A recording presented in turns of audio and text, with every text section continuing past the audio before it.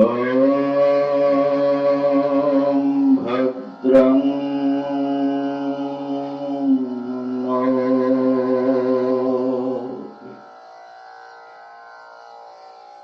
No वातये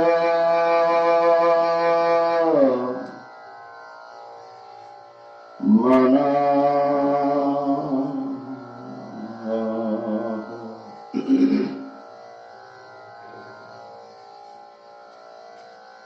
ॐ शान्ति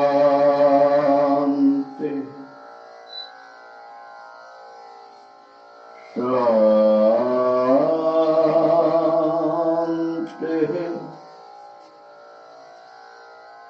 शान्ति।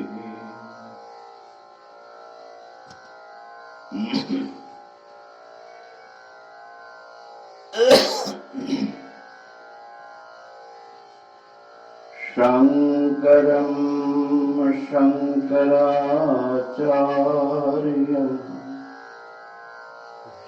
केशवं बादरायणं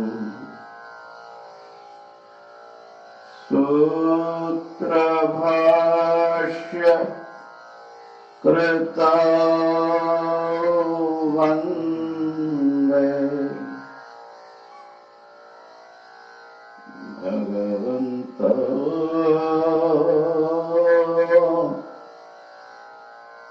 पुनः पुनः।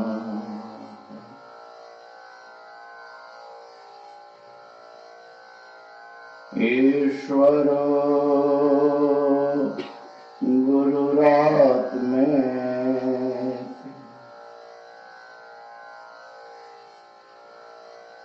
मूर्तिभेद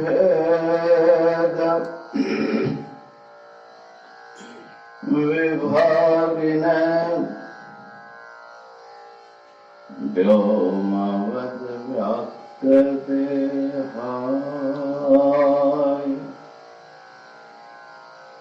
दक्षिणामूर्तये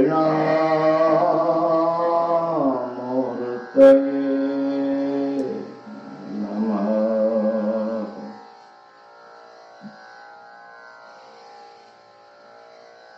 ॐ शान्ति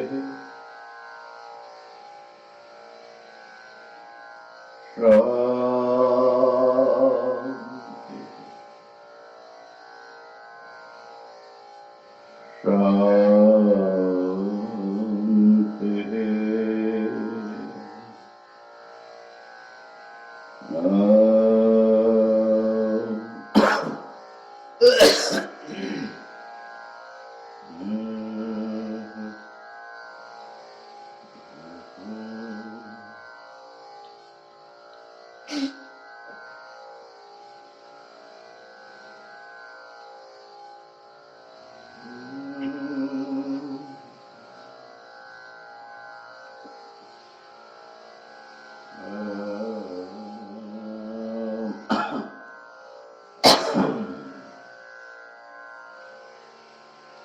हरि ओम हरि ओम हरि ओम हरि ओम।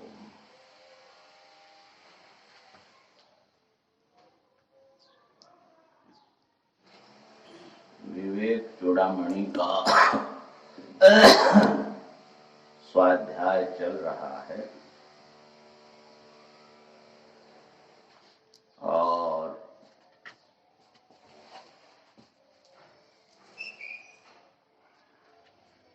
हम लोग आत्मस्वरूप के अनुसंधान में पहचानने में प्रयत्न कर रहे हैं।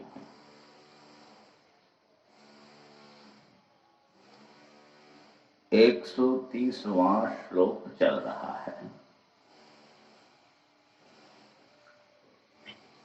पहले उसका एक बार उच्चारण कर लेते हैं।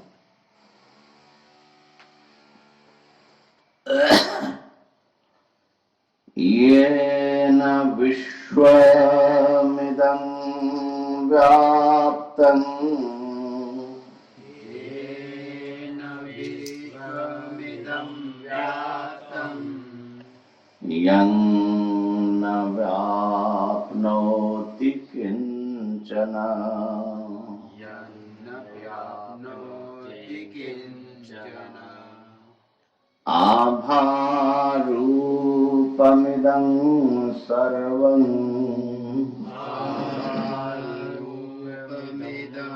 सर्वं यं भान्तमनुभात्ययम् यं भान्तमनुभात्ययम् येन विश्वमिदं व्याप्तं यन्न व्याप्नोति किंचन आवारूपमिदं सर्वं यं भान्तमनुभात्ययम् जिसके द्वारा ये संपूर्ण विश्व व्याप्त हैं, सारा विश्व चराचर उस अस्तित्व से भीतर बाहर से व्याप्त हैं।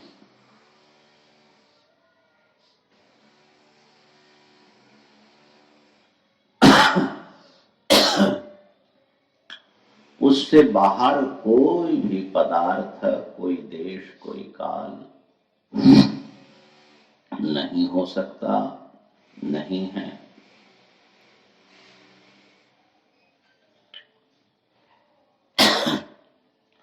और कोई भी वस्तु उसे छू नहीं सकता। यन्न व्याप्नोति, उसको व्याप्त नहीं कर सकता। ये कैसी बात है? यन्न व्याप्नोति किंचन।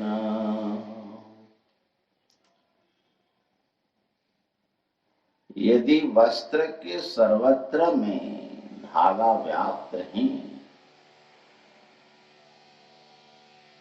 तो वस्त्र तो धागे पर रहेगा ना। तो वस्त्र भी तो धागे को व्याप्त करेगा। अगर बाहर धागे को अतिक्रम नहीं करता, लेकिन धागे के सब जगह तो वस्त्र होगा, और धागों में, सूत में वो वस्त्र का संबंध तो होगा।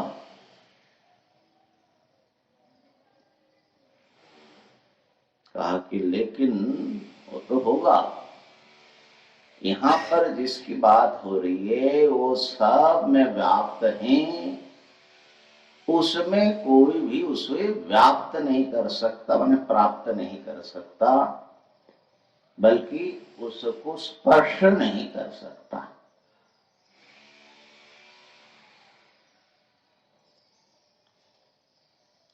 और ये क्यों ऐसा है? आभारूपमिदं सर्वं, ये सब उनके उसका आभास है, उसमें आभासित है।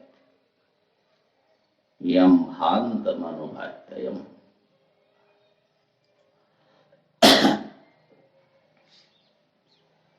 तो ये संपूर्ण विश्व उसमें आभासित है, उसमें अस्तित्व में, सत्ता में। सत्ता के ऊपर कलर दिख रहा है, आकार दिख रहा है।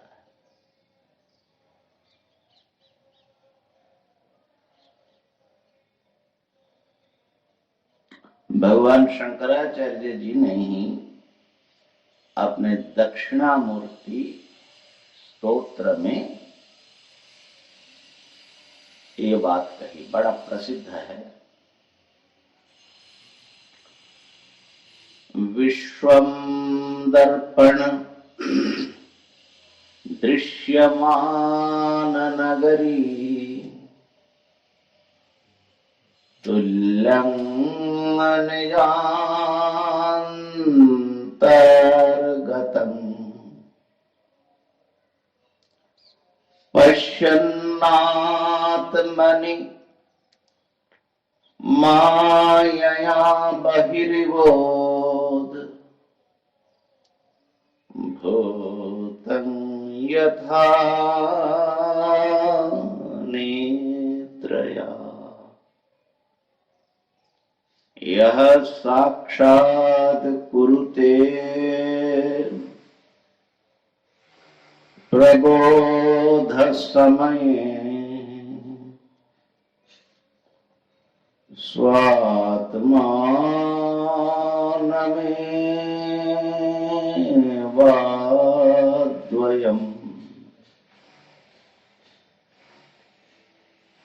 तस्मै श्री गुरुमूर्तये नम इदं श्री दक्षिणामूर्तये।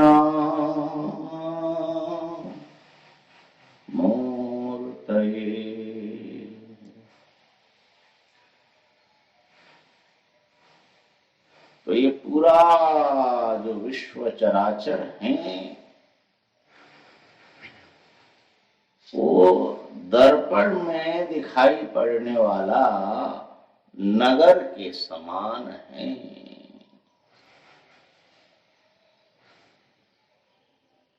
दर्पण में आप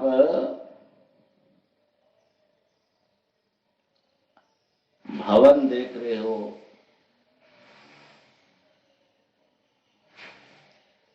रास्ते देख रहे हो, लोगों की आवाजाही देख रहे हो, पहाड़ पर्वत देख रहे हो।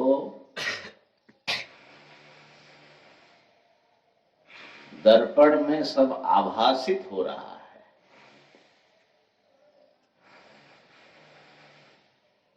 ऐसे ही ये सारा विश्व निजांतर्गतम माने निज माने आत्मा में भास रहा है, आत्मसत्ता में।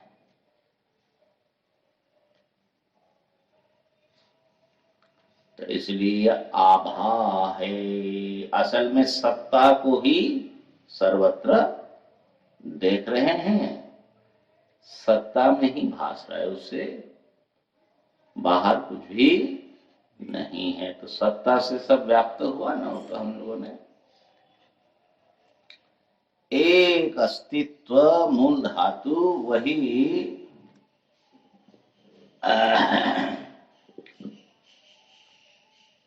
नाना नाम रूपों में स्वतः स्फुरित हो रहे हैं। आभा रूपम। अब दर्पण में आपने देखा कि आग लगी है, तो अग्नि दर्पण को व्याप्त करेगा कि नहीं? करेगा। आग से उसके कुछ नुकसान होगा। दर्पण में देखा कि गंगा जी की बाढ़ आई हुई है, उस बाढ़ से दर्पण कुछ गिला वला होगा,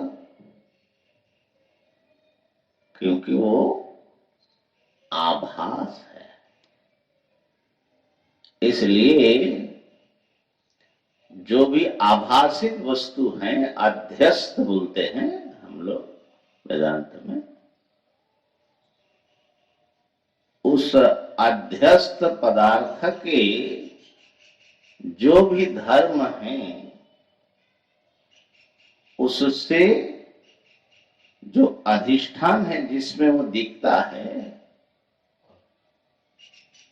उसमें कुछ भी उसका संबंध नहीं होता, क्योंकि तो है नहीं ना। तो आभास है। भगवान शंकराचार्य जी ने अध्यास भाष्य में ये बात कही,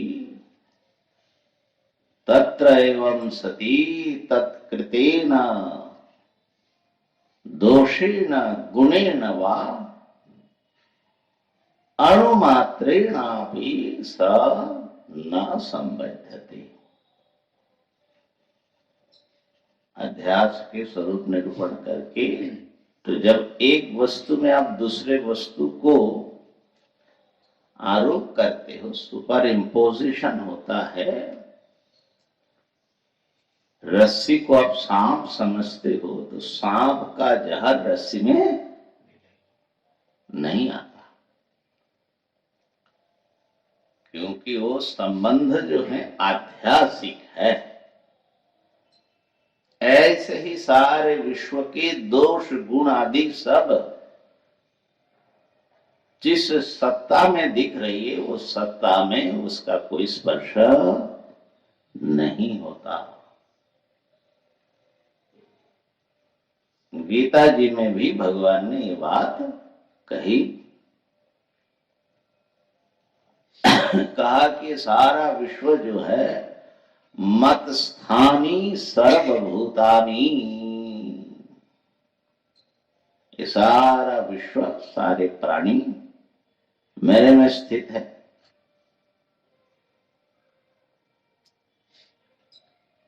और फिर कहते हैं कि नच मत्स्थानी भूतानी, कोई भी प्राणी, कोई भी पदार्थ मेरे में स्थित नहीं है। ये दो विपरीत विरुद्ध बात कैसे सत्य हो सकता है? लेकिन दोनों ही सत्य हैं। कोई भी चीज उनमें नहीं है, ये पारमार्थिक स्थिति है, सत्य है। और सब कुछ उन्हीं में दिखता है, ये व्यवहारिक सत्ता है। तो इससे प्रतीत होता है, इससे सिद्ध होता है कि ये विश्व चराचर भगवान में आभासित है। भगवान ने अपने में, अपने आत्म दर्पण में, अपने ही आत्म शक्ति से ये सारे विश्व की कल्पना की, रचना की और फिल्म चल रही है। अच्छा, ये तो माने परोक्ष वर्णन हुआ। आभार रूपम इदम।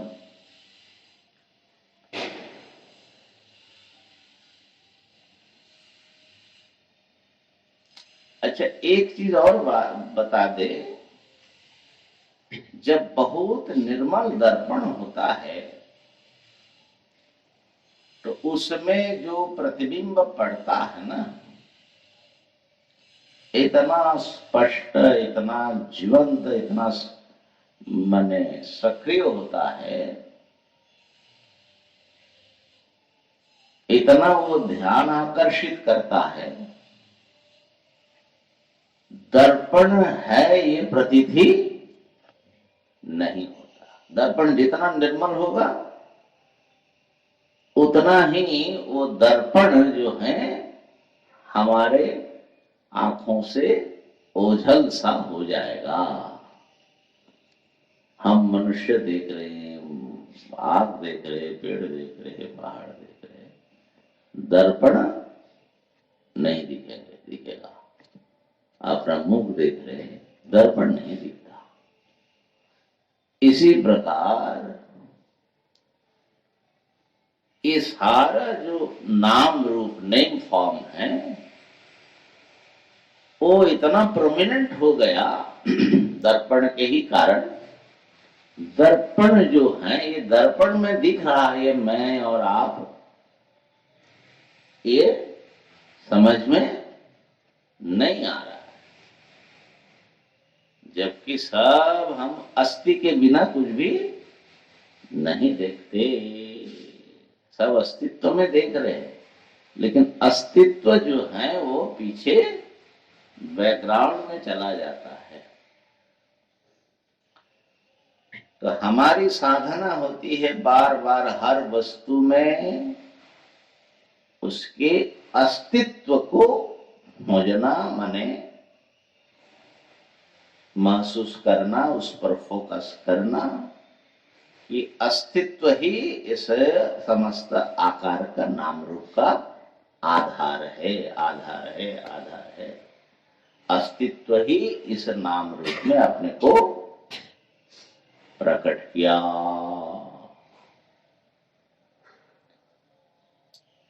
ऐसे ये बात जो है और वस्तु के विषय में भी है। जो सीमित वस्तु होते हैं,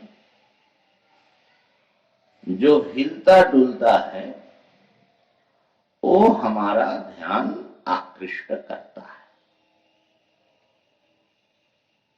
जो स्थिर है, बहुत फैला हुआ है,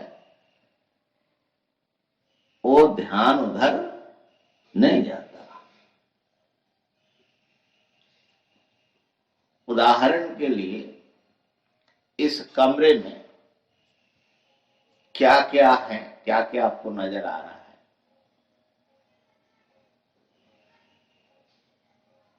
बहुत सारी चीज तो है। हम लोग बैठे हैं, सोफे हैं, पुस्तक है, माइक है, कैमरा है, मोबाइल है, कारपेट है, ये पंखा है, दीवार है, सब दिख रहा है कि नहीं?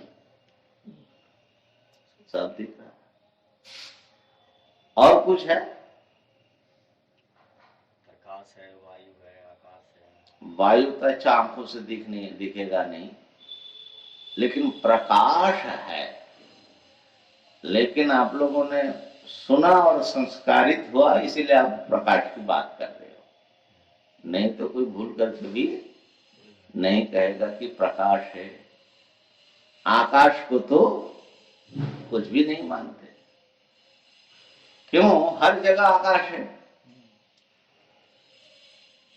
तो जब इधर देखते हैं और फिर इधर देखते हैं, तो यहाँ खाली सोफा, यहाँ आप बैठे हुए हैं। फर्क के ऊपर जो है, डिफरेंस जो है ना, उस पर हमारा ध्यान जाता है। वैचित्र के ऊपर हमारा ध्यान जाता है। और जो कॉमन फैक्टर है, उस पर हमारा ध्यान नहीं जाता है। अब हमको करना क्या है? इसको बदलना है। अस्तित्व हर जगह मिलता है। आकाश में भी अस्थि है, काल में भी है, हर जगह अस्थि है। मैं हूं, आप है, होने में क्या है? सब कुछ है। वो कौन सी बड़ी बात है हमारा?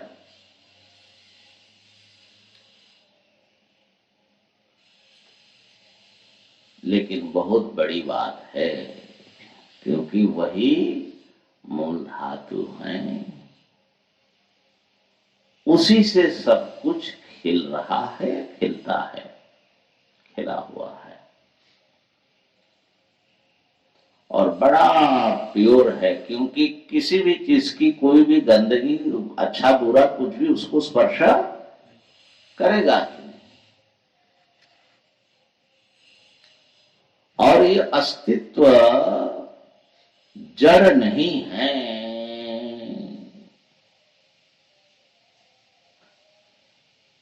जड़ता भी उसमें आभासित है। ये पूरा विश्व सत्ता बहुत लिविंग है, वाइब्रेटिंग है। सब कुछ उसमें से, उससे समझ लो स्पॉन्टेनियस सब हो रहा है।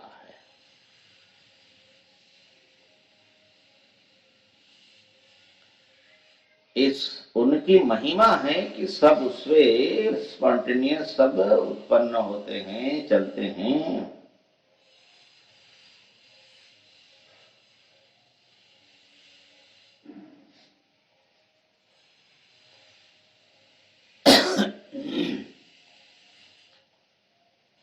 जैसे सूर्य का प्रकाश फैलता है, जैसे अपना श्वास चल रहा है, हर चीज देखिए एक बड़ी महसूस करने की चीज है।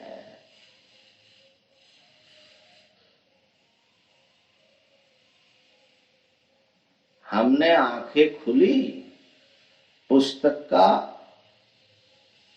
दर्शन हुआ, है ना,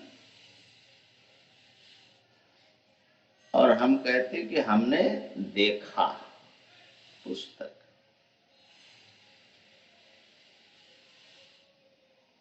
अब प्रकाश पहले से पड़ा हुआ था, पुस्तक भी था, और हमारे आंख का संबंध हुआ। तो संबंध होने से इसका ज्ञान क्यों होगा? हमने किया क्या कुछ? हमारी आंख जा करके उसमें कुछ करता है तब उसका ज्ञान होता है। हम कुछ करते हैं उसमें तो वृत्ति बनती है ना एक। मैंने आप कुछ करते हो कि नहीं, बनाते हो नाते हो कि नहीं, हम ये कह रहे हैं। जब मन का संकल्प होता है तभी वो हमारी नहीं, मन का इसने संकल्प किया, मान लिया, और मन जो है आपके आंखों के द्वार से वहां गया, लेकिन वो जो ज्ञान हुआ उसका स्वाभाविक बोलना है देखना। नहीं, आंख तो गया, लेकिन इस पुस्तक का जो ज्ञान हो रहा है, अनुभव हो रहा है, उसकी बात पूछ रहा हूं। ये अनुभव जो है क्यों हुआ, कैसे हुआ, किसने किया उसको? वो तो जो हमारा चैतन्य है, जो अंतःकरण और चिन्ह है, वो ही वृत्ति रूप में, वृत्ति और चिन्ह चैतन्य बाहर देश में गया। तो जब उसमें तदाकार होगा, वो एक ही होगा, तभी ये ज्ञान प्रकट होगा, उसके बिना संभव नहीं है। नहीं, ठीक है, ज्ञान प्रकट होगा ना, वही हम कह रहे हैं। प्रकट, आपने प्रकट शब्द प्रयोग किया। प्रकट होना मतलब क्या है? स्पॉन्टेनियस। किसी ने जबरदस्ती, जैसे मशीन से कोई चीज करते हैं, ऐसा कुछ नहीं है। वस्तु तंत्र है, वो वस्तु या प्रमाण, वो ऐसा स्पॉन्टेनियस एक झलक जो आपके सामने आ जाता है। बात पकड़ में आ रही है कि नहीं? थोड़ा सा माने नवीन ढंग से देखना है, चीज तो वही है, प्रक्रिया। हाँ, लेकिन मेरे कहने का मतलब है कि भाई आंख होने से, रूप होने से, प्रकाश होने से, मन की वृत्ति होने से ज्ञान होगा। ये जो ज्ञान का होना है और होता है, अब जैसे मान लीजिए हमारे शब्द आप लोग सुन रहे, समझ में आ रहा है, और कई बार जो है बहुत कोशिश करते, समझ में नहीं आता। तो ये जो समझ है ये कोई कर सकता है जबरदस्ती? माने गुरु या चेला, टीचर स्टूडेंट मिल करके कुछ वो करता है? विषय तो नहीं। वो सब हरकत करने के बाद जो है वो कोई भीतर से स्फुरित होता है। मेरे कहने का मतलब ये जो स्फुरित होना, ये कैसे होता है, कहां से आता है, ये बड़ी समझने की चीज है, ध्यान देने की चीज है। एक बाहरी उदाहरण ले लो, फिर यहां आते हैं, क्योंकि ये थोड़ा सा सूक्ष्म है। आपने बीज बोया गेहूं का, गेहूं का बीज गया मिट्टी में, पानी और ये सब आपने डाला, उसमें से जो अंकुर निकलता है वो कौन निकालता है? बीज निकाल। बीज क्या कोई हरकत करता है कि कैसे? माने बीज अपने आप फटता है, यूं अगर हम कहे, और भीतर से कुछ जो है ना वो फूटता है। नहीं, हलचल जो होता है वो हलचल कोई कराता नहीं है, ऐसे स्थूल दृष्टि से कोई भी करता नहीं है। वो बीज में सब पहले ये प्रोग्राम होता ना, जैसे पहले से कभी फूटेगा, ये मतलब सूक्ष्म रूप में रहता है। हाँ, तो वो प्रोग्राम जो कह रहे हैं ना तो क्या होता है, हम लोग जब साइंस में या उसमें जब विचार करते चीजों को चीर फाड़ करके टुकड़ा करके, तो वो एक मैकेनिकल जो है एक अप्रोच बनती है, दृष्टि बनती है यांत्रिक। लेकिन कोई चीज ऐसा यंत्र नहीं है भैया। मेरे कहने का मतलब है कि वो फूटता है। फूटने का अर्थ जैसे प्रकट होता है, स्फुरित होता है, कुछ भीतर से जो है वो चीज होती है। गंगा किनारे जाते हैं, कितने मछलियां, कितने कीड़े पक्षी, है ना। तो ये नेचर में फूटता है। पूरी जो नेचर है, प्रकृति है, वो स्वतः अपने भीतर से कुछ उत्सारित करती रहती है। ये सूर्य फूटा आकाश में, समझे। माने एक जो स्पॉन्टेनिटी है ना, उसकी ओर ध्यान दिलाने की कोशिश कर रहा हूं। ऐसे हमारे ज्ञान फूटता है। और प्रायः इस बात को हम मिस करते हैं। हम लोग जब कहते कि ज्ञान प्रमाण से उत्पन्न होता है, तो वो चीज हम मिस कर जाते हैं कि भाई आखिर प्रमाण से उत्पन्न क्यों होता है। ये प्रश्न हम पूछना छोड़ देते। होता है, देखते हैं हमेशा। हम ये कहना चाह रहे कि प्रमाण को या ज्ञान को स्फुरित करने वाली कोई बहुत बड़ी सत्ता, माने जो सब कुछ, वही ईश्वरीय सत्ता। उन्होंने ना प्रमाण को प्रमाण बनाया, प्रमेय को प्रमेय बनाया, प्रमाता को प्रमाण। अगर उन्होंने वो नेचर भीतर से उसको नहीं बनाया होता तो कितना भी कोशिश कर लेते।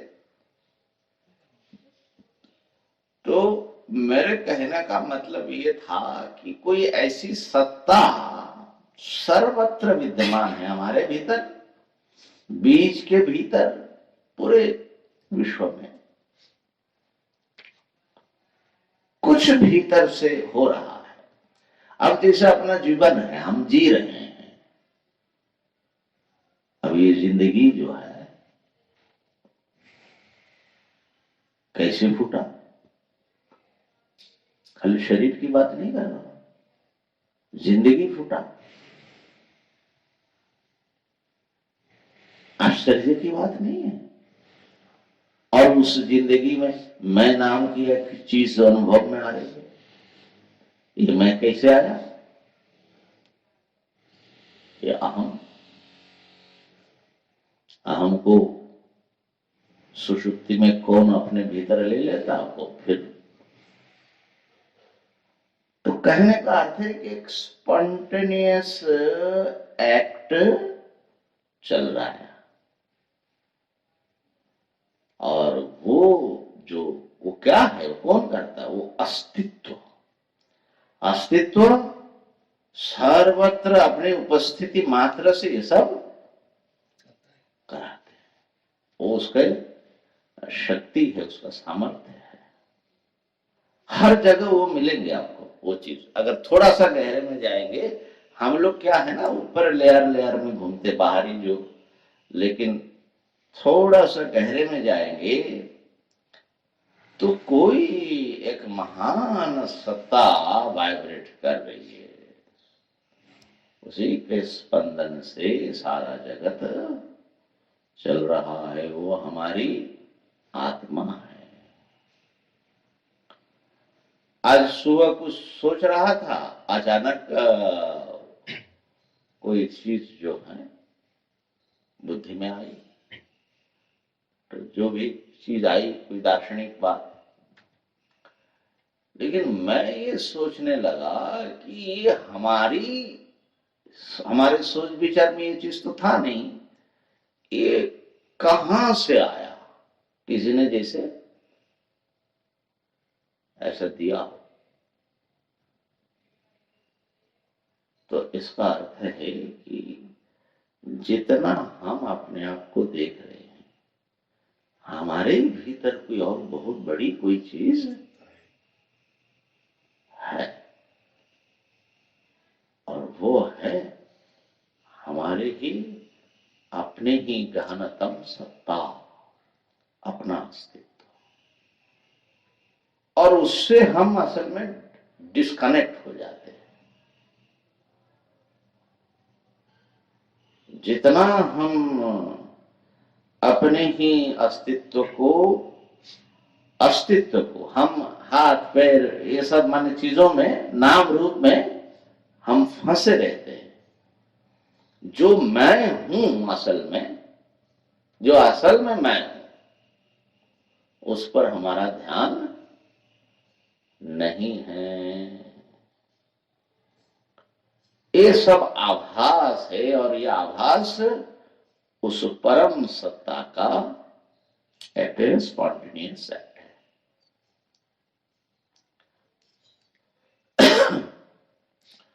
तो इसीलिए सत्ता जड़ नहीं समझना। कहीं भी जड़ता जो दिख रही है वो जड़ता भी उन्होंने एक आभास के रूप में वो दिखा रहे।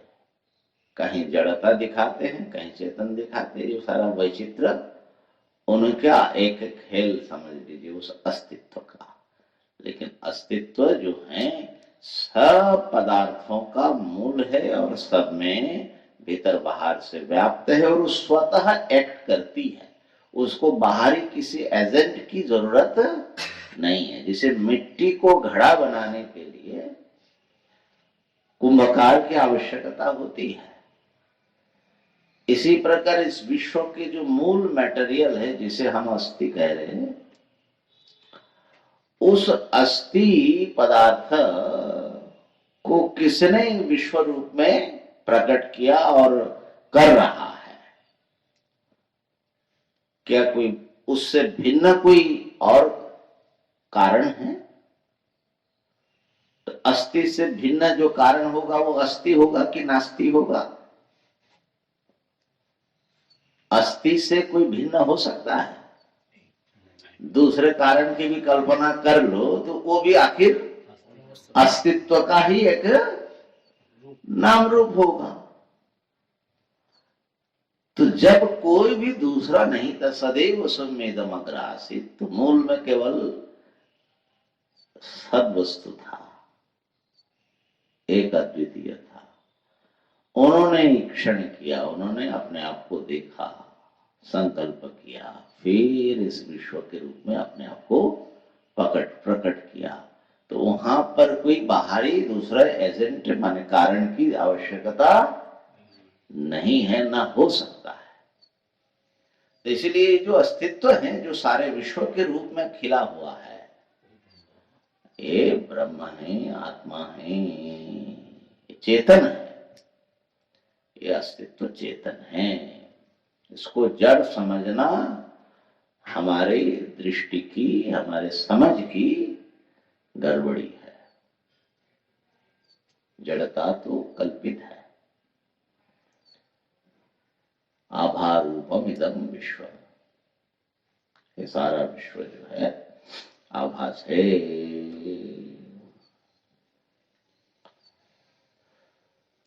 और ये जो सद वस्तु हैं, ये शीत हैं, माने ज्ञान रूप है, और वो आनंद रूप ही है। आप सबसे ज्यादा प्रेम किससे करते हो?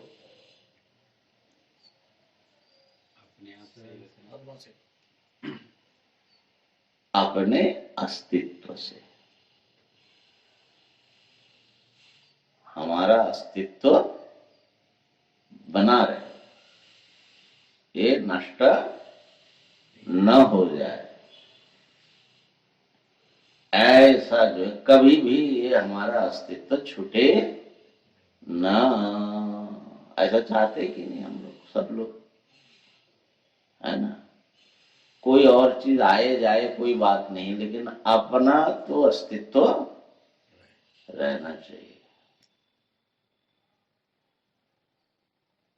तो सबसे ज्यादा प्रेम अगर सुख रूप जो आपका अपना अस्तित्व इतना प्रिय है, ये सुख रूप न होकर के अगर दुख रूप होता तो इतना प्रेम करते क्या, है ना।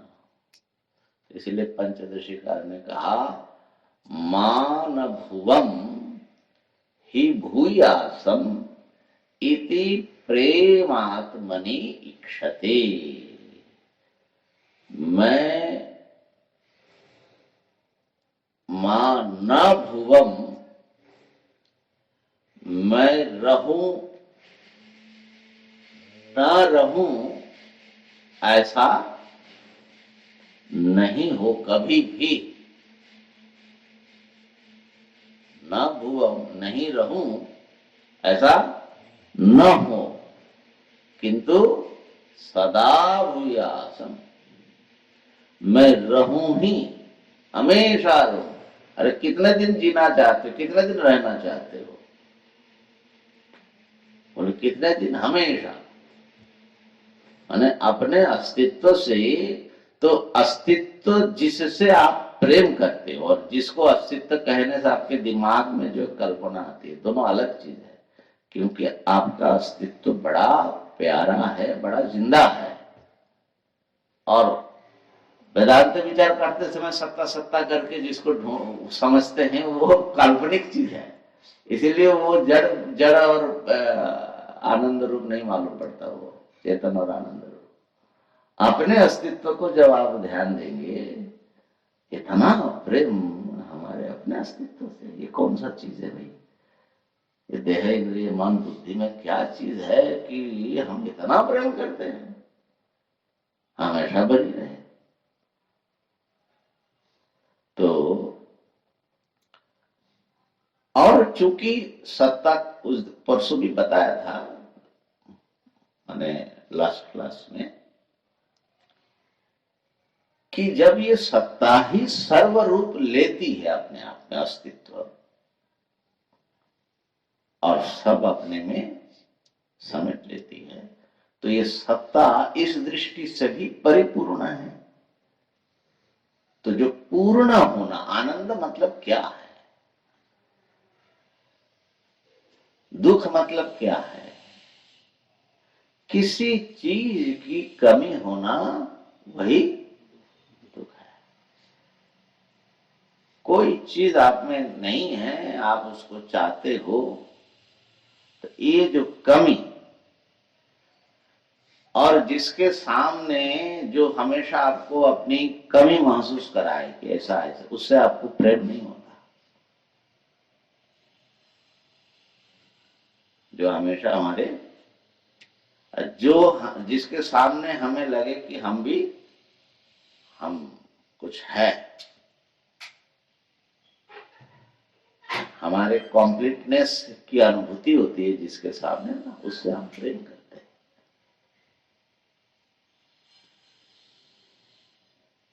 इसीलिए कई बार जो है बच्चे जब बड़े हो जाते हैं तो पिताजी से लड़कों का वो हो जाता है, क्योंकि वो बार बार उसको ठीक से चलाने के लिए कमी दिखाते रहते हैं। गुरु से समस्या हो जाती है शिष्य की, कमी दिखाते रहते हैं, तो फिर जो है वो जो है दुखदाई बन जाते हैं।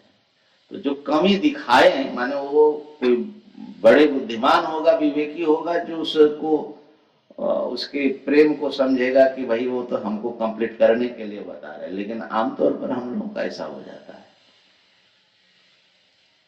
तो कहने का अर्थ ये है कि दुख मतलब है कि अपने आप को कुछ अधूरा समझना, महसूस करना कि मैं तो ऐसे ही जरा मरणशील फलाना ठिकाना, आनंद नहीं है, माने कोई चीज की कमी है। और जब कोई भी कमी नहीं होता है, उस समय आप अपने आप को आनंद का अनुभव करते हो। तो जब सत्ता पर ध्यान जाएगा आपको, अस्तित्व पर, तो सत्ता सब देश, सब काल, सब वस्तु में ठसाठस भरा है, पूर्णम, वो कंप्लीट है, किसी भी चीज की उसमें कोई कमी नहीं है। इसलिए वो बहुत आनंद रूप है, बहुत आनंद रूप है। जब मान लीजिए कि हम अनुसंधान कर रहे, ध्यान लगा रहे, तो अपने ध्यान को सत्ता पर, अपनी सत्ता पर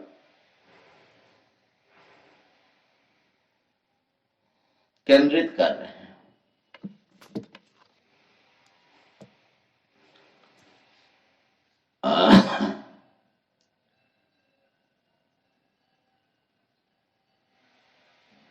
अपने होने पर, ठीक है, अपने होने पर केंद्रित कर रहे हैं और किसी चीज पर जो है उसको छोड़ रहे हैं। और ये जो तथाकथित अपना एक स्वरूप है बाहरी छोटा सा, अब ये जो है श्वास ले रहा है, चल रहा है, हमारा अस्तित्व जो है, हमारी चेतना, कोई भीतर से उसको जो है जिंदा रखे हुए हैं।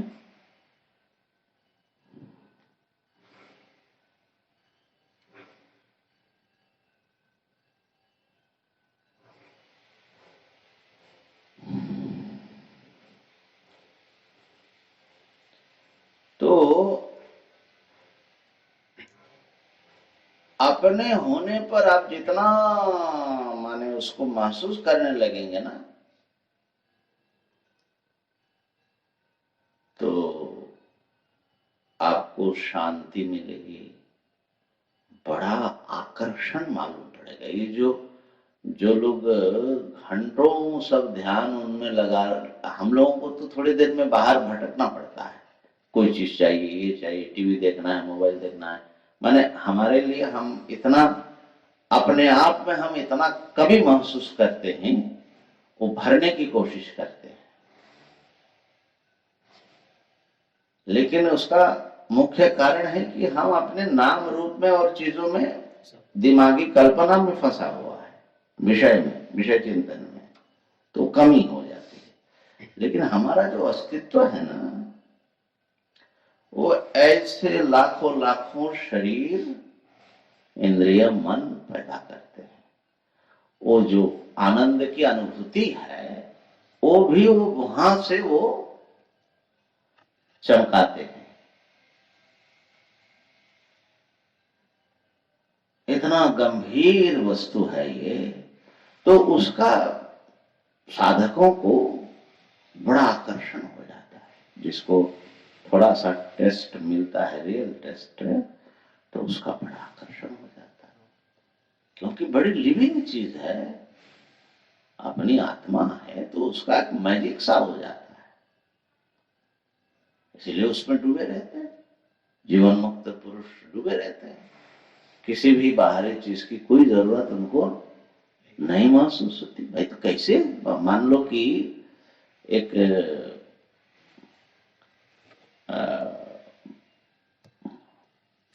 माँ का भजन है बंगला में,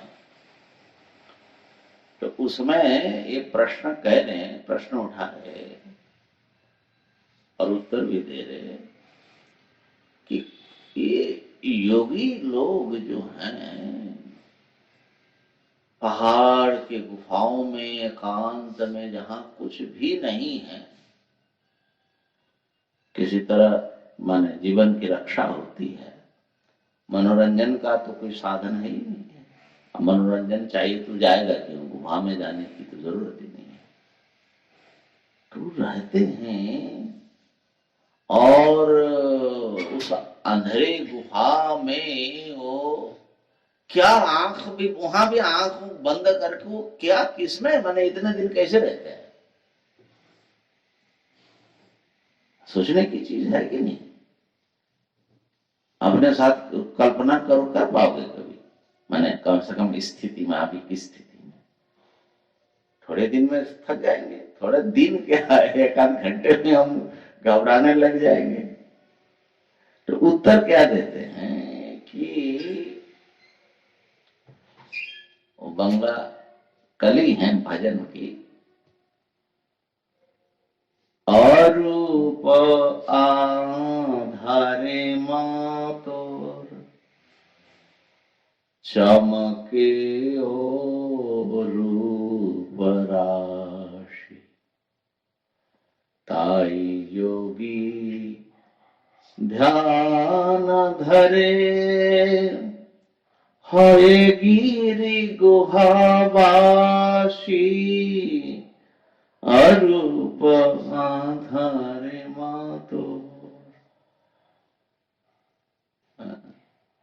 जहां कोई रूप नहीं, अंधेरे हैं, उस अंधकार में तुम्हारे जो रूप की उजाला है वो चमक उठती है मां। इसलिए वो उसमें इतना मग्न होता है तो आंखें बंद करके अंधकार में, वो अंधकार में नहीं जाता, कुछ अनंत आनंदमय एक चिन्मय अस्तित्व के साथ वो कनेक्ट हो जाता है। इसलिए सारा नाम रूपात्मक जगत जिसके बिना हम एकदम घबरा जाते हैं, उनके लिए उसके कोई मायने नहीं रखता। मीरा जो कहती है कि मुझे जग लागो खारा, माने सारा जगत जो है जैसे समुद्र का पानी पीने लायक नहीं, ऐसा। अरे भाई कैसे, हमारा तो सब इसी में मिठास है, इसके बिना कैसे हो? क्या उनको मिला होगा जरा सोचिए, है ना। अब कोई बाहरी चीज नहीं है, वो भीतर बाहर समान रूप से है, वो हमारी अपनी ही वो परम सत्ता है, सच्चिदानंद स्वरूप आत्मा। उससे कनेक्ट होना और उसको डिस्कवर करना अपने इस देहेंद्रिय मन के भीतर, ये हमारा पर्पस है, हमारी साधना है। और हम लोग इस वेदांत शास्त्र के द्वारा प्रयत्न कर रहे हैं। आज इतना ही। ओम पूर्णमदः पूर्णमिदं पूर्णात् पूर्णमुदच्यते पूर्णस्य पूर्णमादाय पूर्णमेवावशिष्यते।